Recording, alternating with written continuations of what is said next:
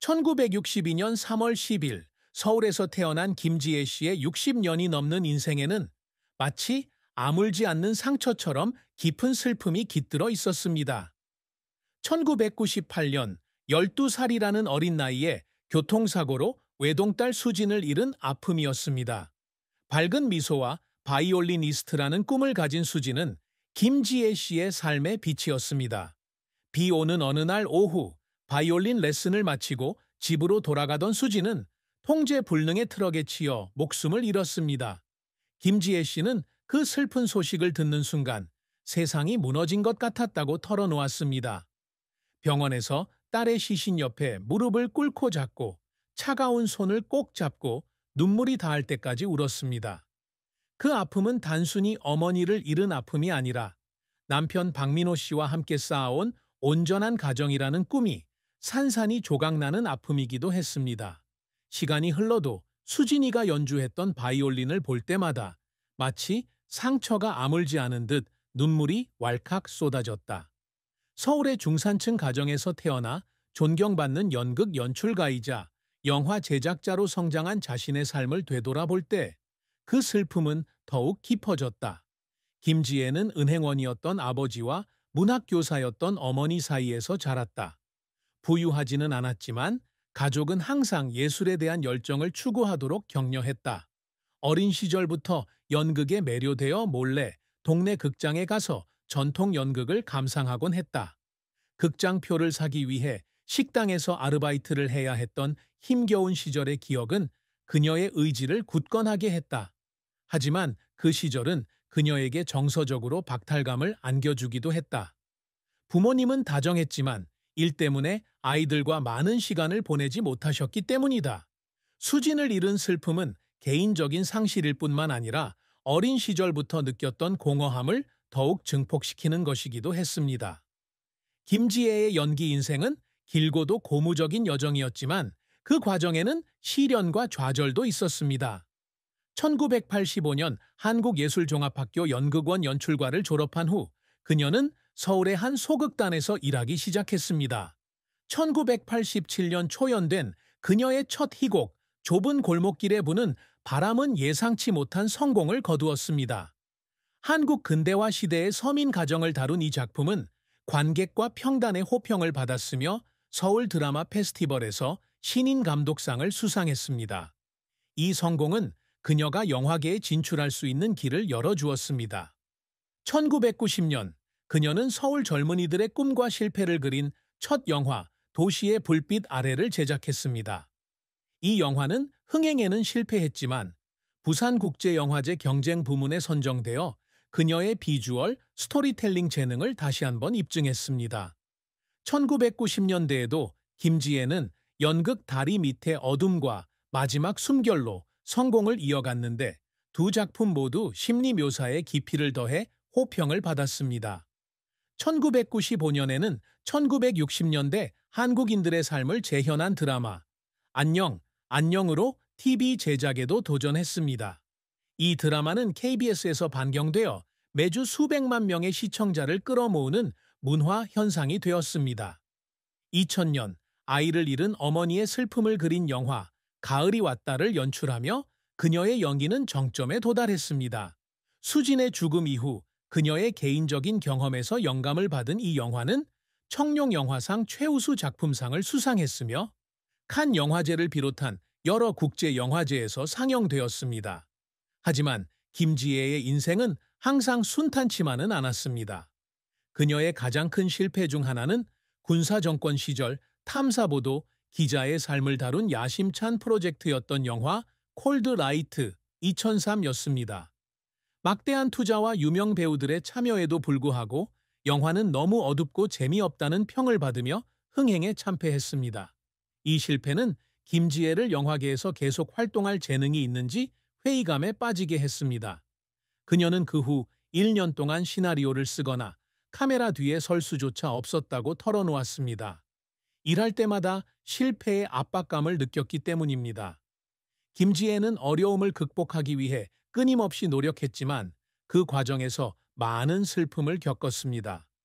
수진이 세상을 떠난 후 그녀는 슬픔에서 벗어나기 위해 일에 몰두했습니다. 밤을 새워 시나리오를 편집하거나 리허설을 감독하는 등 끊임없이 노력했습니다.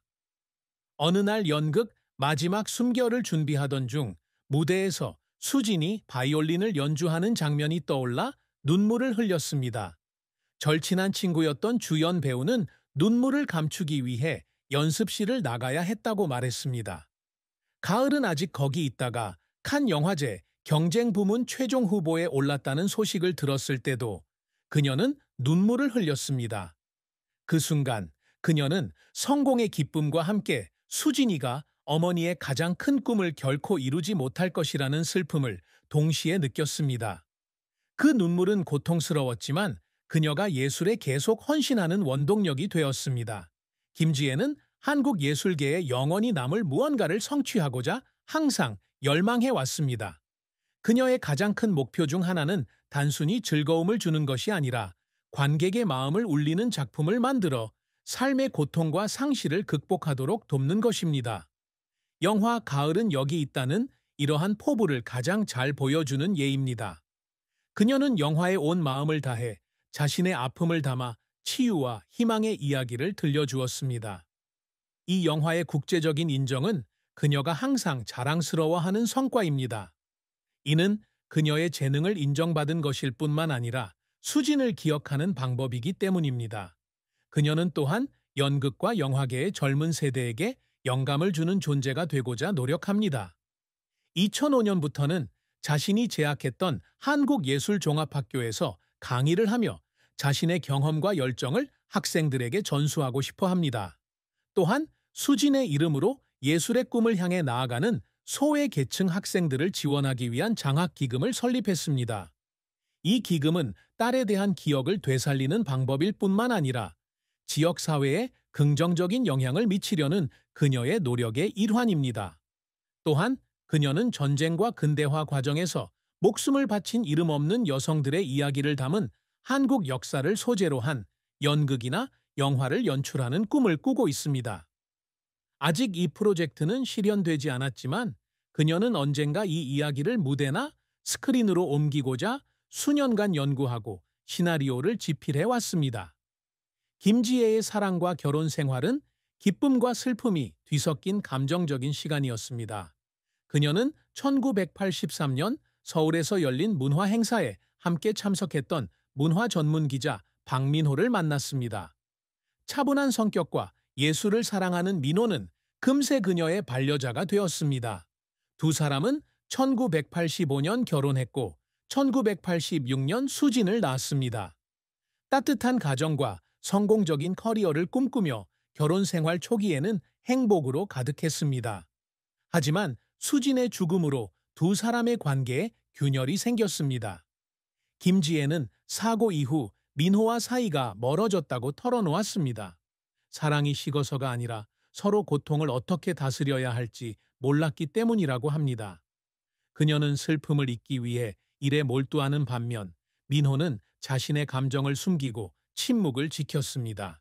이로 인해 함께 살면서도 마치 낯선 사람처럼 느껴지는 시기가 있었습니다. 그녀의 결혼 생활에서 또 다른 슬픔은 수진이 죽은 후 몇 년 동안 민호가 불륜을 저질렀다는 사실을 알게 되었을 때였습니다.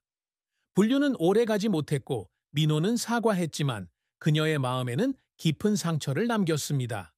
그녀는 민호의 행동뿐만 아니라 아이를 잃은 아픔을 함께 극복하지 못했다는 사실 때문에 배신감을 느꼈다고 털어놓았습니다. 하지만 시간이 지나면서 두 사람은 서로를 용서하고 관계를 회복하는 법을 배웠습니다.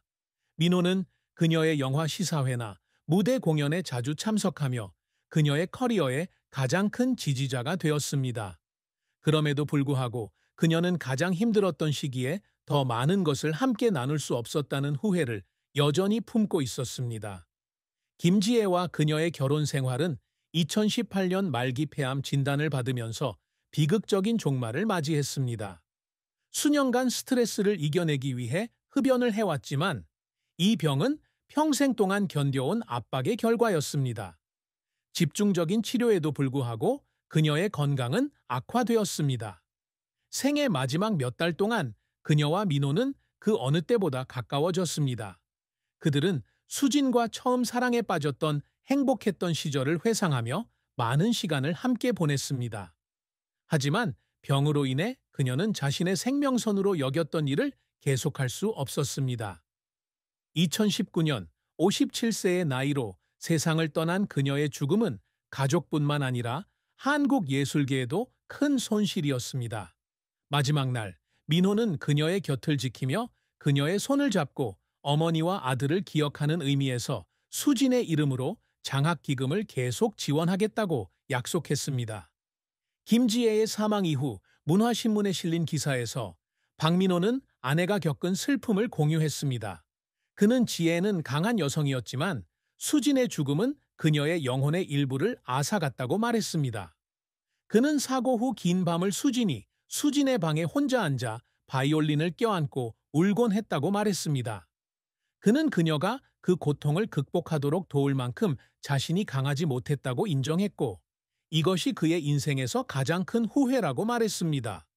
민호는 지혜가 수진을 지켜주지 못해 항상 죄책감에 시달렸고, 그 고통이 자신의 잘못을 속죄하기 위해 일을 하게 만들었다고 털어놓았습니다. 특히 영화 가을은 아직 거기 있다. 촬영 중 딸 이야기를 하며 눈물을 흘렸던 순간들을 민호는 가장 연약한 모습을 드러낸 순간이라고 표현했습니다. 하지만 민호는 지혜가 그 고통을 예술로 승화시켜 작품을 통해 다른 사람들에게 희망을 전해준 것을 자랑스럽게 여겼습니다. 2019년 김지혜의 별세는 재능과 감동으로 가득했던 그의 삶의 안타까운 종지부를 찍었습니다. 그녀는 서울 자택에서 민호의 품에 안겨 세상을 떠났고 수진의 바이올린은 그녀의 곁에 있었습니다. 그녀의 부고는 한국 예술계에 큰 충격을 안겨주었고 수백 명의 동료와 관객들이 추모식에 참석했습니다. 한국예술종합학교 학생들은 그녀를 추모하며 연극 마지막 숨결을 특별 공연했습니다. 그녀의 죽음에도 불구하고 그녀의 유산은 가을은 아직 거기 있다와 수진 장학 기금 등 여러 작품을 통해 여전히 살아 숨쉬고 있다.